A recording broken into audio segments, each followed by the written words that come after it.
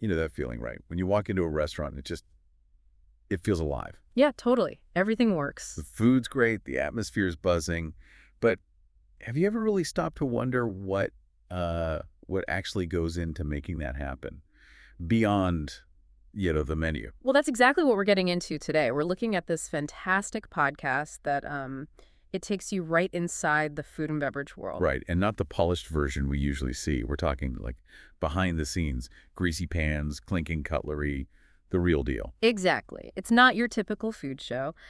This podcast, like our sources say, it gives you this unfiltered sort of kitchen level view of the F&B industry. It's about understanding the nuts and bolts, wouldn't you say? The actual challenges and successes that make our dining experiences what they are.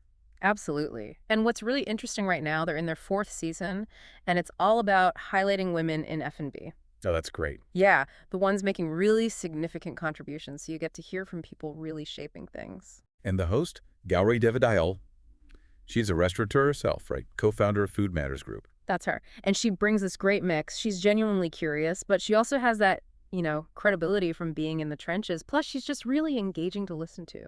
So for this deep dive, our goal is pretty straightforward. We want to pull out the key insights, the actionable stuff from this podcast for you. Yeah, maybe you're dreaming of opening your own place, or perhaps you're already in the industry. Or even if you're just like fascinated by how businesses work, especially entrepreneurial ones, we think there's a lot here. Definitely. So, where should we start? Let's maybe unpack a few specific episodes that stood out. The first one, it's called PR for the Plate.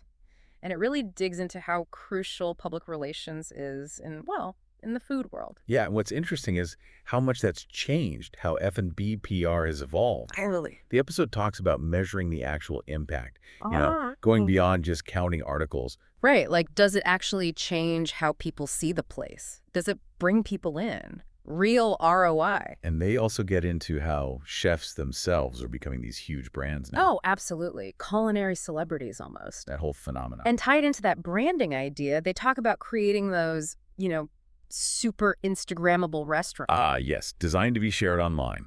Powerful marketing tool. Hugely powerful. But, and this was a really key point, the importance of being, brutally honest with your clients. What do you mean? Like, if the buzz online, all the influencer hype, if it doesn't actually match the food or the service. Oh, right. Then the PR needs to change fundamentally. Exactly. You need to pivot the strategy, have that tough conversation.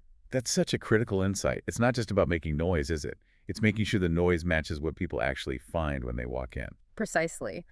They mentioned how a good PR team might actually advise the restaurant, look, maybe you need to tweak the menu or fix the service flow if it's not living up to the hype they're generating. It's about the long game, not just a flash in the pan. Exactly. Long-term success. Okay, so broadening out a bit. Another episode that gave some really interesting perspective was from the editor's desk. Ah, the one with Salil Deshpande from Condé Nast. That's the one. And this chat looked at some of the bigger trends, shaping where F&B is heading. What really jumped out at me there was the discussion about the Indian traveler. Oh, yeah. Tell me more. Well, apparently it's a market that's growing incredibly fast and becoming much more sophisticated in its tastes. Okay, interesting. They're not just traveling more, they're actively looking for like diverse and really high quality food experiences. Right, which then opens up this huge potential for culinary tourism within India itself. Exactly. People aren't just going for the sights anymore. No, they're searching for authentic food, unique dining concepts, regional stuff, innovative places. So the episode suggested that restaurants, hotels, anyone in hospitality really, if they tap into that desire for, food adventure. They could see some serious growth. Makes sense. People travel for food now. Definitely. Okay, third one we wanted to touch on. Learning from the social butterfly. Ah, with Riaz Amlani, founder of Impresario. That's him. No. And he talks about building his company, Impresario Handmade Restaurants, and specifically the challenges of scaling up. Yeah, especially with that social butterfly brand, the cafe/co-working space model. Right, that blend. And this episode, it's such a valuable, practical look at what it actually takes to expand in this business. He talks about, raising money, the operational headaches, especially trying to scale a unique concept like social butterfly. That cafe meets workspace thing needs a very specific touch. And he had that quote, didn't he? Something like, Oh, I know the one. Perfection is so hard to achieve, especially when you do it at scale. that's it. It just felt so real. Yeah. That struggle any growing business faces.